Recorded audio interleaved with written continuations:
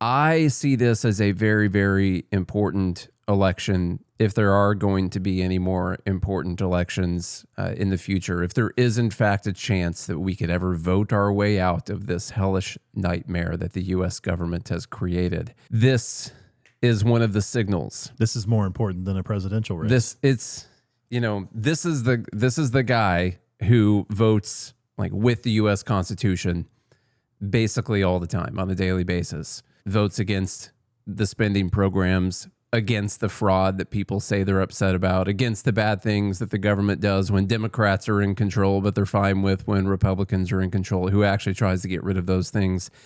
And there's some big money donors that are trying to take him out right now. And I don't like it. I'm not a fan of it. And the biggest thing I see is not really with Massie himself. It's the signal that it sends to future generations of people that might want to run for office. If you see that a guy that is as popular as Massie has been in his district is able to be removed from office because he votes against, like, he doesn't just rubber stamp everything that the GOP establishment and their big donors who may or may not care about what's in America's best interest, like what they want to do. If you see that person gets removed, like why try and get yourself into that situation when they're just going to come together with a few $1 million and take you out? And so this is extremely important, not just for Massie because Massie is going to change the world or something, but for this to ever change, there will have to be a trickle of liberty-loving, America first constitutional representatives that get into office and eventually form a big enough block of 5 or 10 people that they're able to actually change the direction of some of these bills in order to get their votes on things. It doesn't have to be a ton of people, but a small enough group of people. We need the Liberty Caucus reborn with actual liberty-minded people like those Thomas actual Massie. people. And if this guy gets knocked out, I'm sorry to say it, like, that's just not a good signal, man. Stuff's going to get way, way, way worse, way faster as a result of that. And maybe it's already going to happen. Maybe it can't be saved. But it definitely can't be saved if people like this get removed from office. That'll be your sign. I'm really hoping that that doesn't happen. Weird things that have happened recently that makes me think saving it might be not as possible as it used to be. One of them being the pardons.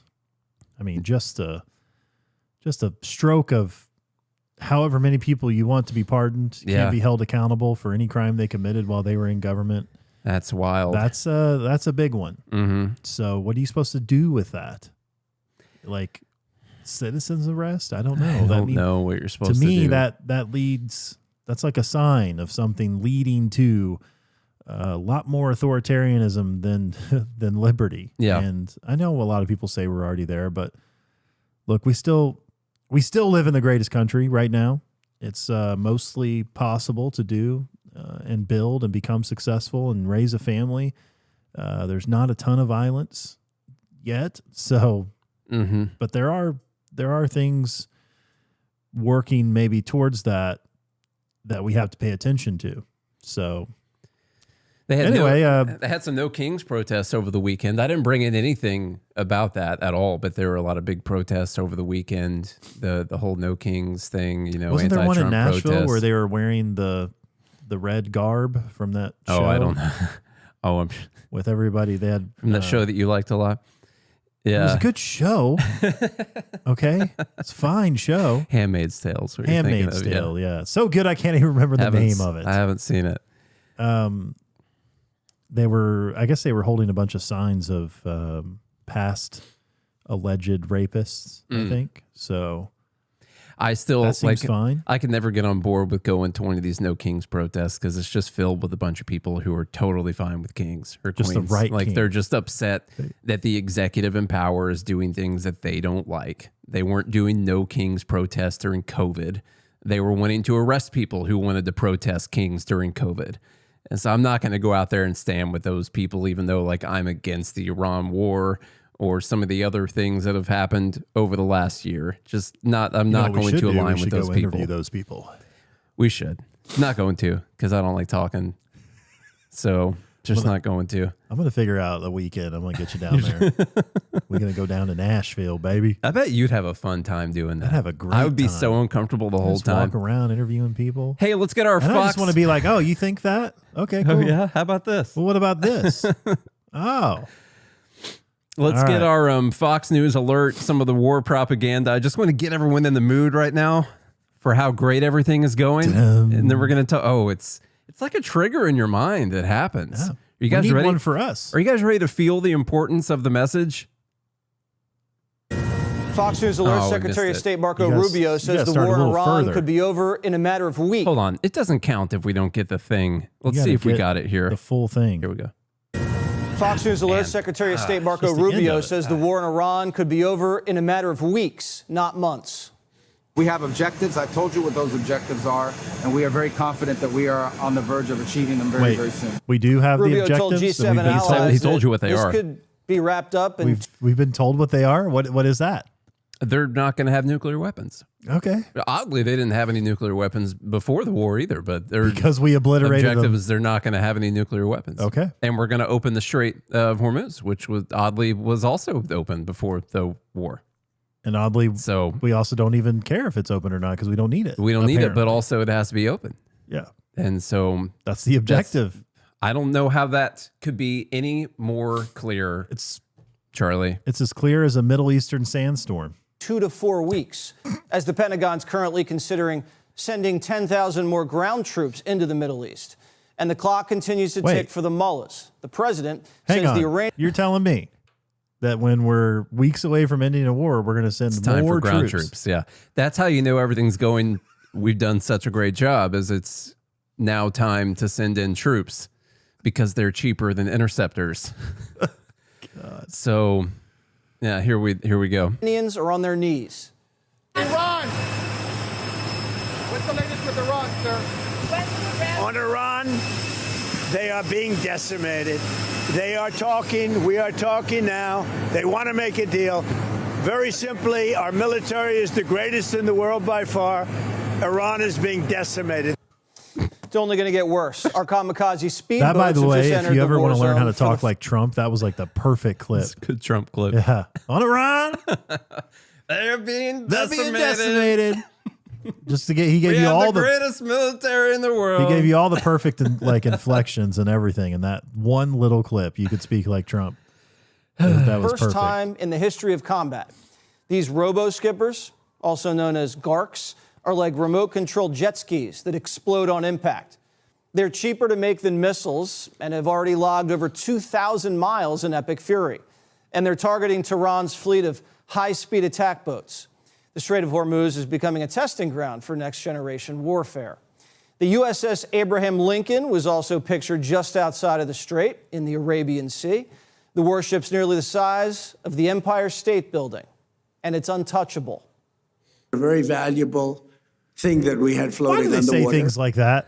It's untouchable. Might as well Yeah. call it an unsinkable ship. God bless America. No, I mean I hope it's fine. I want to get to the ground troop part real quick. We'll Namely, just see. an aircraft carrier, biggest in the world. And they were shot, 101, going 2,500 miles an hour. And out of the 101 missiles shot, 101 missiles were shot down. The USS Tripoli is almost in position, and on board, the Marines. New photos show the 31st Marine Expeditionary Unit conducting a live-fire deck shoot from the ship, preparing for action. Joining our F-35s in the air, They just have the F-15 photographers Strike there. Eagles, Yeah. designed for high-speed, long-range, and deep targets, both in the air and on the ground. New video shows U.S. forces. Okay. Taking out a castle right Wow. there. Yeah. Look at that thing. Okay, I just wanted to get you guys pumped up a little bit of yeah, that gets everyone going. So as of right now, it's kind of tough to tell what's going on still. As you guys can imagine, there's reports that the Pentagon is preparing for ground troops, and then Trump is out there saying that the talks are going really well. Rubio's out there saying we're weeks away from ending this Weeks, thing. not months. You know, I told they're- you the objectives. They're decimated. Then you also see videos of tons of damage still being inflicted on different countries in the region. We lost like $1 billion plane at one of these bases over the weekend. One of those AWAC, the big radar planes. You know, ever seen those? The big radar. It's not like the plane is $1 billion, but all the stuff that goes into it. They're saying it would cost like $1.3 billion to replace that plane, and they've only got like 9 of them. So it's pretty big one right there. Some refueling tankers damaged as well, maybe lost. So they're still inflicting damage, even though their military's been decimated. And so that's interesting. Trump, I think this morning, in what is a typical Monday morning stock market boosting post, said the United States of America is in serious discussions with a new and more reasonable regime to end our military operations in Iran. Great progress has been made, but if for any reason a deal is not shortly reached, which it probably will be, and if the Hormuz Strait is not immediately opened for business, we will conclude our lovely stay in Iran by blowing up and completely obliterating all of their electric generating plants, oil wells, and Karg Island, and probably all desalination plants. He's like, we're going to kill everyone in the country, which we have purposefully not yet touched. I thought with this war, part of this war was to liberate the Iranian people from this terroristic regime. The ones who survive will be on our side, I bet. For sure. That's how you know that hasn't been the goal. Well, it at least doesn't seem like it's been the goal of Israel. Maybe the U.S. has been trying to kill the least amount of little kids that they could, but Israel hasn't really shown that their goal is to inspire the Iranian people to rise up because of the civilian type targets that it looks like they've been intentionally hitting. So that's how you know it doesn't seem like it's their goal. And we've held off on a little bit of that stuff. So maybe it's still our goal that those people are going to rise up, but not if we don't quickly reach a deal. I like how he also says, conclude our lovely stay in Iran instead of war. Because he can't say war. Remember last week? You know, he can't call it a war. Oh, he said it again. But he can say stay. He said it again. And let me see here. I think I've got a newer clip of him saying that. Let me find it for you.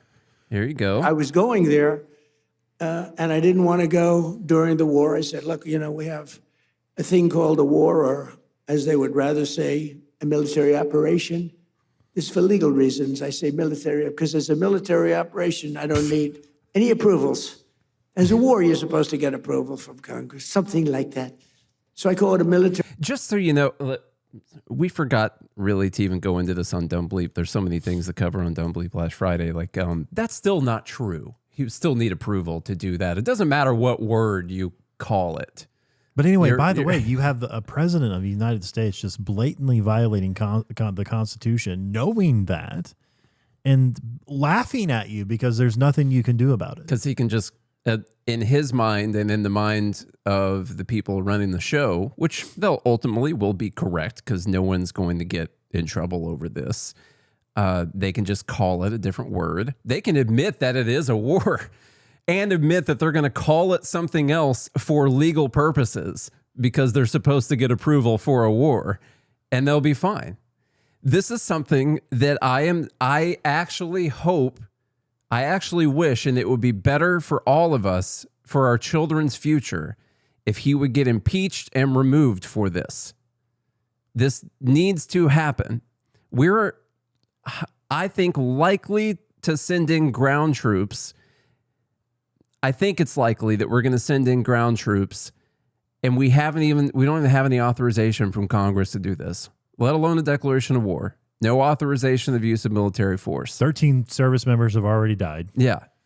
And he's literally saying, like, oh, it's a war, but I'm not going to call it that for legal purposes. I'm going to call it something else because I would have to get approval for a war. He's admitting to you that he's willfully violating the Constitution and he should be impeached and removed for it. That would be better for everyone. That'd be better for our kids.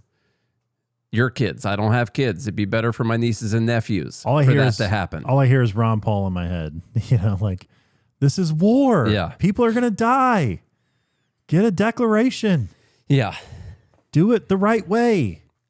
Okay, so that's another just infuriating post. And by the way, he's still like, that's not even true. You still would need approval. You still need approval to do this. You still, it's not the word war that says you need approval. You're sending our troops, our military into battle against another country. You need approval for that. It doesn't matter what word you call it. All right. We're not redefining terms here like we said on Friday, like the woke left or something like that, which is what they're trying to do. Let's see. He talks about the negotiations and they're going really well. Here's a clip from Air Force One. Good Lord, the audio is terrible. Look at that face. That's a good face. Hold on. I got to take a screenshot of this. That is a good face, maybe for a thumbnail or something like that. All right. There we go. Let me see if we can make out what he's saying on this. I would only say that we're doing extremely well in that negotiation, but you never know with Iran because we negotiate with them and then we always have to blow them up. Whether it's the B-2 bombers or just terminating, as an example, the Iran nuclear deal done by Barack Hussein Obama, probably the worst deal we've ever done as a country, one of the dumbest deals we've ever done. But I terminated it, unfortunately, otherwise right now they'd have a nuclear weapon. Then we did the attack with the B-2 bombers and we stopped them from having nuclear. And now we had to blow them up again. And we will probably, I think we'll make a deal with them, pretty sure. Whether it's possible, we won't. I kind of wish they'd go to the front of the plane to do these interviews instead of like apparently right behind the engines. You know? It kind of sounds like that everywhere, but they could maybe use some better noise canceling microphones. Well, some of them might. Let me see if this one's any better. Some concessions. Can you identify those? Well, they're agreeing with us on the plan. I mean, we asked for 15 things, and for the most part, we're going to be asking for a couple of other things. And just to prove that they're serious, they gave us all these votes. When I talked about 4 days ago a present, I said they gave me a present, but I didn't think I was at liberty to say what it was. What it was 8 plus 2. It's 10 massive boatloads of oil. Why does he just say 10 all the time? Why is it always going to be 8 plus 2? Well, they did 8 first. So like that's a bonus. Then there was 2. The deal was for 8, but they threw 8 in the plus 2 boat kicker. That's 10 boats. You got 10 fingers, 10 toes, 10 boats. Also, did you hear his timeline earlier? Like, we negotiate with him, then we have to blow him up. Yeah, you know, I forgot about that. Barack Hussein Obama did the worst deal. I rescinded that deal, but then they tried to make nuclear, so we blew that up. Then we negotiated with them. I thought the whole point of this war was to keep them from having nuclear again, but we already took care of that last summer. I'm still confused. Yeah, on what exactly is happening here. You should be. You know the actual answer is this war has been preordained for many, many years, and no matter what, people were going to find a way to get into it. And maybe it's because Trump was in here and some of the influence that he has around him, or maybe Kamala getting in would have been the same thing. This war has been on the list, and it was probably just always going to happen. So that. Trump did one thing that was concerning as far as the ground troops goes over the weekend, which is that he posted out telling people to watch Mark Levin that night. I think it was Friday night, telling everyone to go watch Mark Levin and the brilliant Mark Thiessen on there doing an interview on Mark Levin at 8 p.m. We'll discuss the importance of hitting Iran hard. Now, the interview and all of it really centered around the fact that we've got to do ground troops. And so Trump essentially sent a lot of people over to watch Mark Levin, convince them that it's okay to do ground troops. And in fact, we have to do ground troops. And that's what they ended up getting pushed to go watch. God. And this guy, this other Mark that we have over here was the speechwriter for Donald Rumsfeld and George W. Bush during the Iraq War. And it's so, that part is so wild to me because it was Trump who was up there on the debate stage and said, obviously, the Iraq War was a big fat mistake. He said the Middle East was a mistake. Yeah, the whole thing. And this is him pushing people to go watch the brilliant person who helped these people sell that war to the American people. There's just a massive flip that's happened, or whatever. I don't know what you want to call it, or reveal, or something like that. people throw out these clips of Trump from like the 80s talking about Iran and say, see, he's been a hawk on Iran the whole time. That's fine to have these certain opinions about Iran, but he's said numerous times that he was going to be the one to stop us from going to war with Iran. You vote him into office to stop the war from happening because he's such a great negotiator. He's going to be able to get them to lay down their nuclear dust and ambitions. And if you want no war with Iran, you put him in office. And here, I mean, it was 6 months of him being in office, and we were bombing Iran. And I thought the last time his presidency didn't go that great is because he was surrounded by bad advisors like Bolton and all these guys. I thought this time was going to be different because he even said, he's like, I got to surround myself with the right people. And here we have Tulsi Gabbard in the administration, Kash Patel in the administration, lots of folks that we would think would be people who would advocate against these foreign entanglements. And here we are, just like Israel's puppet attacking another Middle Eastern country. Yeah. Let's get some of the clips from that very important show that we were sent to watch. Here's Mark Levin. I did have it was my fault. I was commenting with Magoo there in the group. He told people to go watch Mark Levin interview Mark Thiessen. And Mark Thiessen is the speechwriter for Donald Rumsfeld and George W. Bush. And so go watch Mark Levin. He's interviewing other Mark about how this war is going and what we need to do now. Here's Mark Levin. Troops on the ground. He said no troops on the ground. I don't remember that in any campaign speech either. But why would we need troops? You know what's the crazy part about that? And the crazy lie about this? He may not have specifically said the words "no troops on the ground in Iran" during his campaign because he said no war with Iran during the campaign. Of course he didn't say no troops on the ground. Which is why this is a military operation, Nate. God. Okay. See how you can just redefine words and then everything's fine? He never said that we weren't going to use B-2 bombers to bomb their nuclear sites. No, he said no war. God. Troops on the ground. Well, there's a lot of reasons, and we wouldn't need 300,000 of them. It's this uranium, too. We've got to get the uranium. If it cannot be destroyed, if it cannot be altered, we got to get it. For the reason I just said. You can make dirty bombs, and over time you can still make sophisticated missiles. So you need to get to the uranium. That's why I'm reading in the paper, we're talking about the 82nd Airborne, we're talking about these various special forces and the various military services and so forth. He's not talking about sending regular army and infantry in by the hundreds of thousands. The men he's talking about, the units he's talking about, they are specialized. And you know what else? I remember from my days in the Reagan administration. Many of them are trained for a moment like this, to try and secure enriched uranium. Many have been trained for moments like this. I hope they were trained in excavation. That's Trump bombing the nuclear sites and then apparently not being able to make a deal with Iran afterwards could be like the reason that a lot of troops end up getting killed if that happens. God forbid. I really hope it doesn't. I hope everything goes successful and Trump was right about everything and we look like idiots. Like, I sincerely hope that's the case for the sake of the lives of the people that are going to be sent in there. Unfortunately, we have 30 years of history that's not going to be the case. Like, if they get sent in, they're going to be sitting ducks for weeks trying to excavate the areas that we blew up with bunker busters.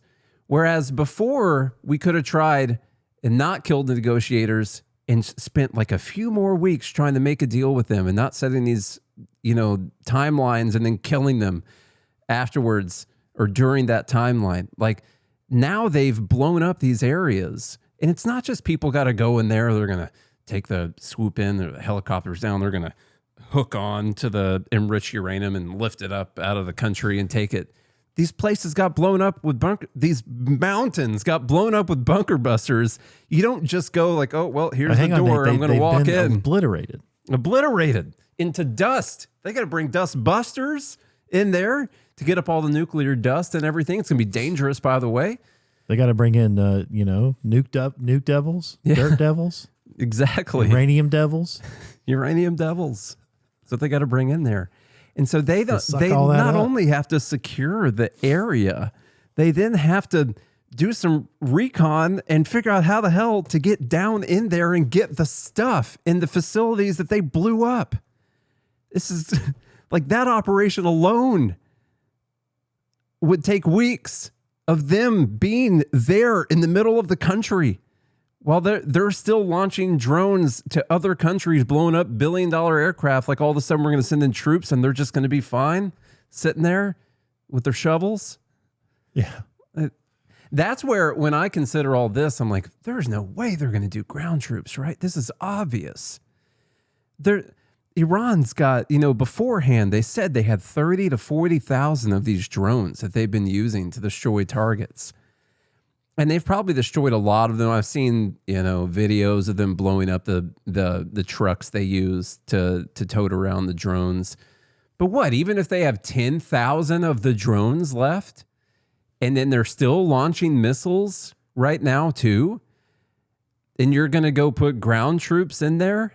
That's where I'm like, surely not. Like, there's got to be someone in the room who's going to tell them that this is a god-awful idea and a bunch of people are going to die. But I don't know. Trump tends to surround himself with people who don't talk back. And the people who do talk back or tell him what he doesn't want to hear, they end up getting pushed out. And it's easy to manipulate him, I think, because of his extreme narcissistic ego. You just, instead of actually thinking about the counter narrative, the other advice those people could be giving, you just say, well, those people don't trust you. Those people don't think you're able to do it. Those people are actually just trying to hurt your presidency. Those people have been listening to Tucker Carlson. You can manipulate them pretty easy on this stuff, but hopefully not when it comes to getting a bunch of troops killed. Like, we all just, regardless of what we think about this war or Trump or whether or not eventually America should learn a lesson, you don't want those people to die. And so I hope whatever they do, they're right about it at this point. I really do. Yeah. I hope that we're wrong about this, just for the sake of those people's lives. Let's get into something Mark Thiessen said. Let me get to, we got the campaign thing, no troops on the ground. Here we go. Mark Thiessen, nice little clip. The quote you're looking for in this one is, when this is all over, this is going to go down in history as possibly the greatest military campaign the United States has waged since the American Revolution. I've never seen a war where the Democrats turned against the war on day one and are rooting for. See, this is a speechwriter. This guy is skilled in the art of manipulating people, and he's got a lot words. With words. He's got a lot of experience in helping lie us into and through a war where over 1 million people died and thousands of soldiers died. That was all based on lies. And by the way, the whole thing. I think this sounds very anti-Semitic. You're saying this is the greatest military operation since the American Revolution, which means you're skipping over World War II, where we took out Hitler, who... We stopped the Holocaust. We stopped the Holocaust. America saved God's chosen people. And this is going to be the greatest military operation. Yeah, I know. Yeah, he hates Jews, clearly. Wow. That's on Mark Levin's show. I know. Of all the shows, you think this guy would say something like this on Megyn Kelly or Tucker or something. Not on Mark Levin's show. We haven't even gotten to the American Revolution part of the clip yet, but what's wild is to bring up the American Revolution, where we're fighting to overthrow the tyrannical government that we are subjects of. Like, that was our like us Americans, that was our government, and we overthrew them and created a new government that ironically went on to become a world superpower, most like biggest world superpower has ever been in the history of the world. But we overthrew them in order to protect our own rights and freedoms here, like in America, on this land that we have. And us going over there to destroy Iran on the other side of the world, a place a lot of people probably can't pick out on a map. And that's the greatest thing we've done since the American Revolution. This guy's a speechwriter. This guy is skilled in helping politicians lie to the American people. That's who Trump told everyone to go listen to this weekend. All right, here, you might as well hire the guy, honestly. I've never seen a war where the Democrats turned against the war on day one and are rooting for defeat. You know, there are people in this country who hate Donald Trump more than they hate the Iranian regime that just massacred 32,000 people in their streets. You know, they were all... You know, there probably are people in this country who hate Trump more than the Iranian regime. And a lot of the reasons people hate Trump are stupid and hypocritical. You know, it's not because they think he's an authoritarian or what. They don't care about authoritarianism or anything like that. They just wanted to kill their kids, future kids, you know, and they're like upset about the Supreme Court or something like that, or they just wanted to mutilate their children. You know, if you can't kill them, trans them, as they say. And so they're upset about stuff like that. But also in defense of some of these people who might hate Trump more than the Iranian regime, Trump is our president here in this country. He signs executive orders or exhorters if you're trying to save time. And he signs... Or extortion orders. Yeah. And he signs laws and things that immediately like remove liberties and hurt the financial well-being of people here in America. And so, if anything, if you're going to hate a leader of a country, first one to hate is your own, the one who does things that affect you on a daily basis. What people do in Iran, it's sad, I guess. You know, as long as you trust that 30,000 innocent, peaceful protesters were killed in these protests, but there's thousands of people dying all over the world every single day. I think like it would make sense for you to first hate the person that's in, but he's just trying to manipulate people. Like if you are against this war or whatever, you just hate Trump.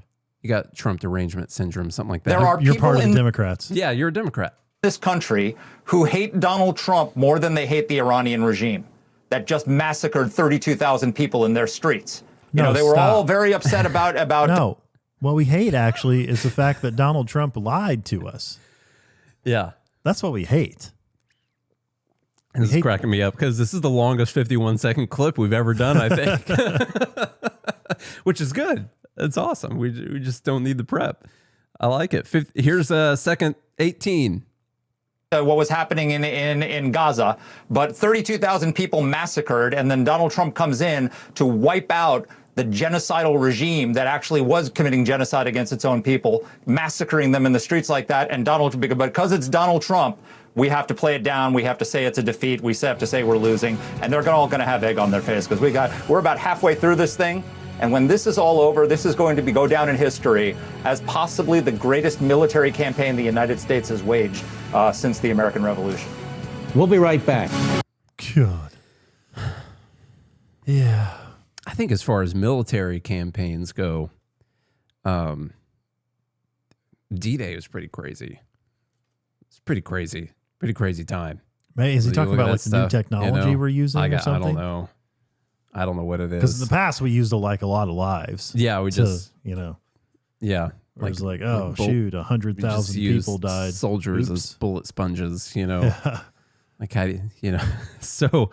I just watched that World War II vet I watched some clips. I think he was on the Sean Ryan show. The guy was a flamethrower. Iwo Jima talked about just same thing, surrounded by bodies. I think he was like the only flamethrowing guy that survived. All of them else, like everyone else who had flamethrowers on their back were targets. And so all of them died. He was like the only surviving guy who had a flamethrower on his back. It's pretty crazy. Not a job I would want. No. at all. Like, hey, you want to throw flames? It's like not in a war. Do you want to carry a live bomb on your back while there's bullets everywhere? Yeah. What do you think about that? Your family will get 10K. What a way to go. Or whatever. God bless America. So as far as ground troops goes, I did want to bring this up because apparently this is something we have to think about these days. Polymarket, there's a new bet, a new wallet just placed $170,000 on U.S. forces entering Iran before March 31st.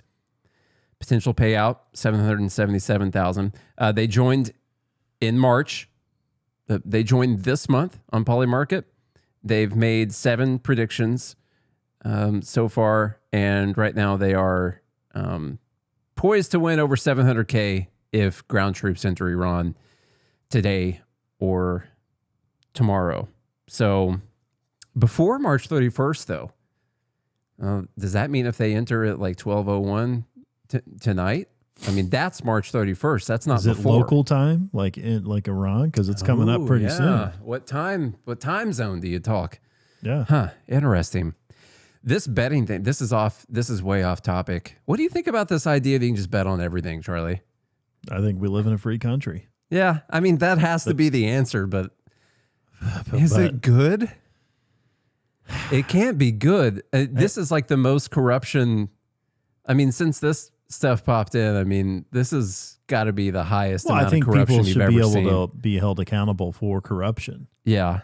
You know, like if you're placing bets and then committing that action, that like there has to be something must be done. Yeah. About that. I don't know what to do about it. Like, I don't know how these things work. Are you anonymous on these sites? Are you fully anonymous? Or you got to sign up they got to do a payout of some kind, but if it's going in like crypto or something, I don't know. Are you fully anonymous? Maybe people in the group can tell me. I don't know, but I mean, even so, that's what crypto was created for. So the government stop meddling. T-Dub makes a good point. This has always been, people have always been able to do this. Now it's on a website. It's been streamlined. Yeah.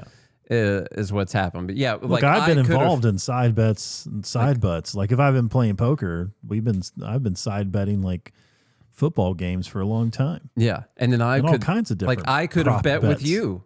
We could have made a bet that there would be ground troops in Iran before March 31st, the two of us, and it would have been localized. We made a bet on whether or not Donald Trump would be the president. Did we? Yeah, I'm pretty sure you ate your words on screen. No, you're the one who actually ate your words on screen. I think you did too. Did I eat? Pretty sure. Yeah. You also, I think you owe me $100. I don't. We'll have to.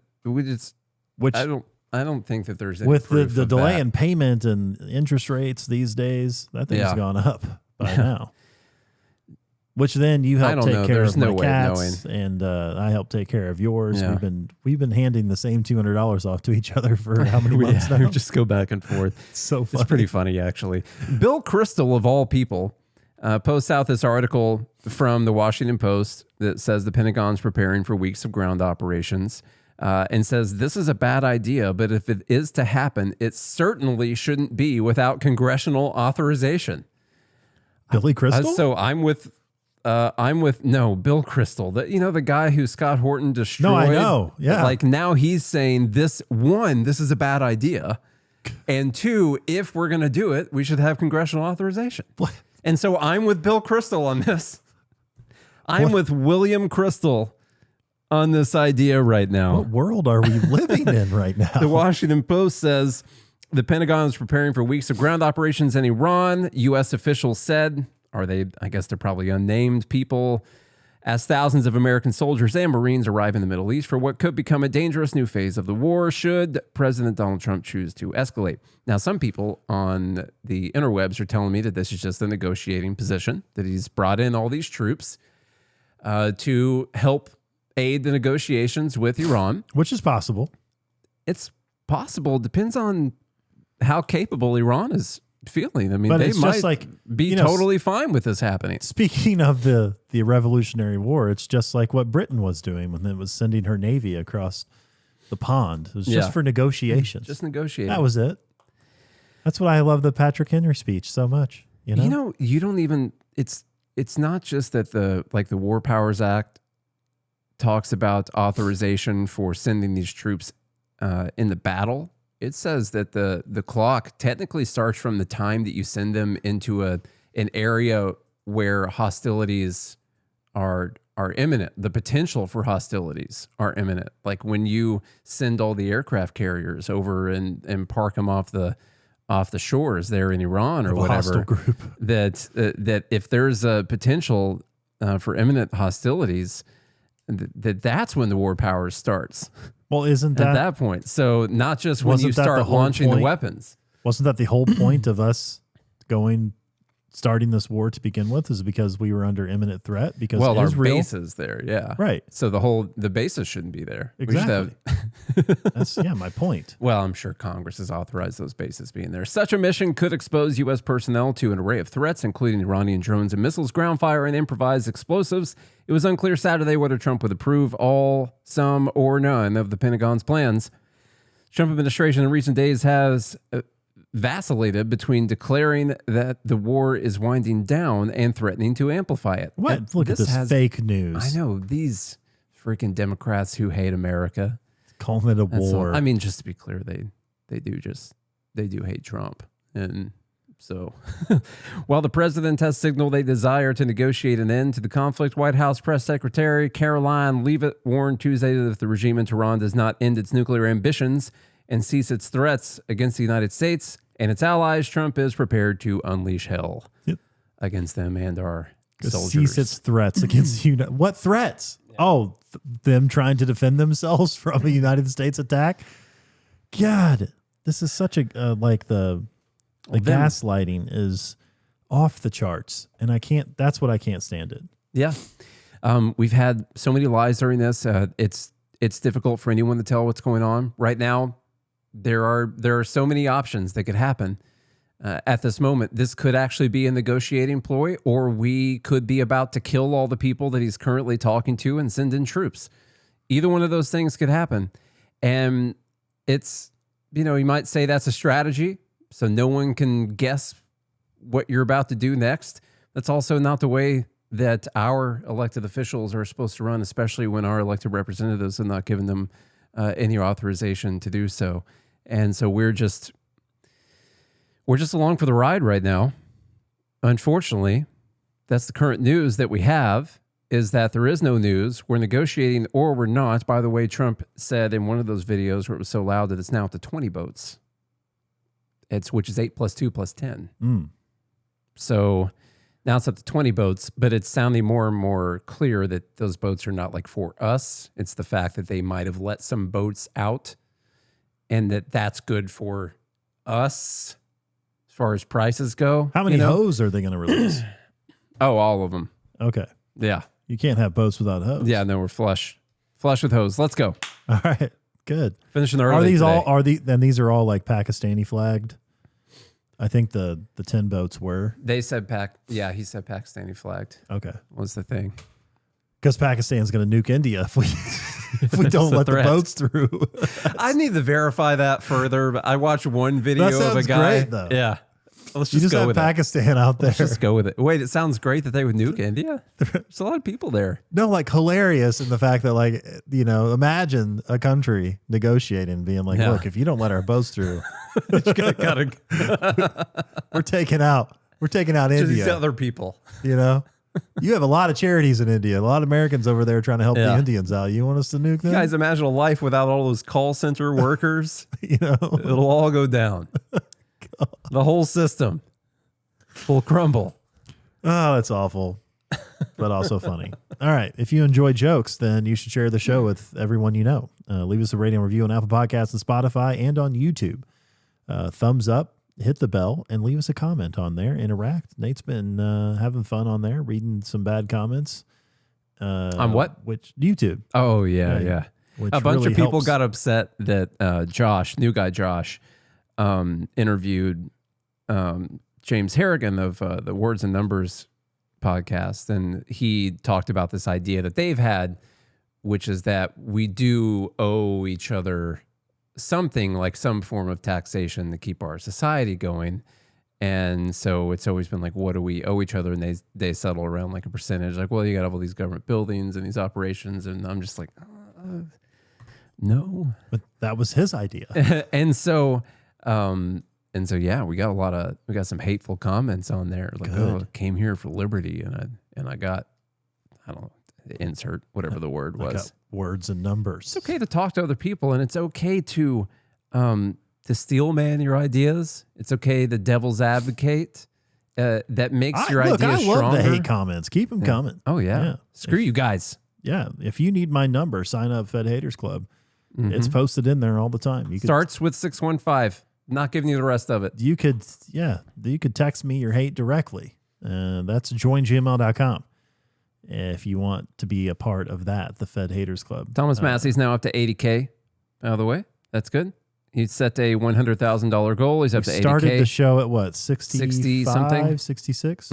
I think it's our show that has This pushed guy's him making up. $15,000 an hour. Gosh. Tax the rich. God bless. Maybe we need to have a good morning Liberty money bomb. Yeah, maybe. All right. When you run for office, we'll do one. If you want to support this show with some more dollars, which you can, maybe call it a money bomb if you want to, then you can visit the links in the show notes to support the sponsors that support this show, pick up some merchandise, do all the great things. We love you. We thank you for being here. If you do all those things, then we'll be back again maybe Wednesday or Thursday. At some point this week. You know, when we started the show, we said that we used to go live 5 days a week when we want to. And the when we want to is in our terms and conditions. But just simply by listening to the show, you have accepted our terms and conditions.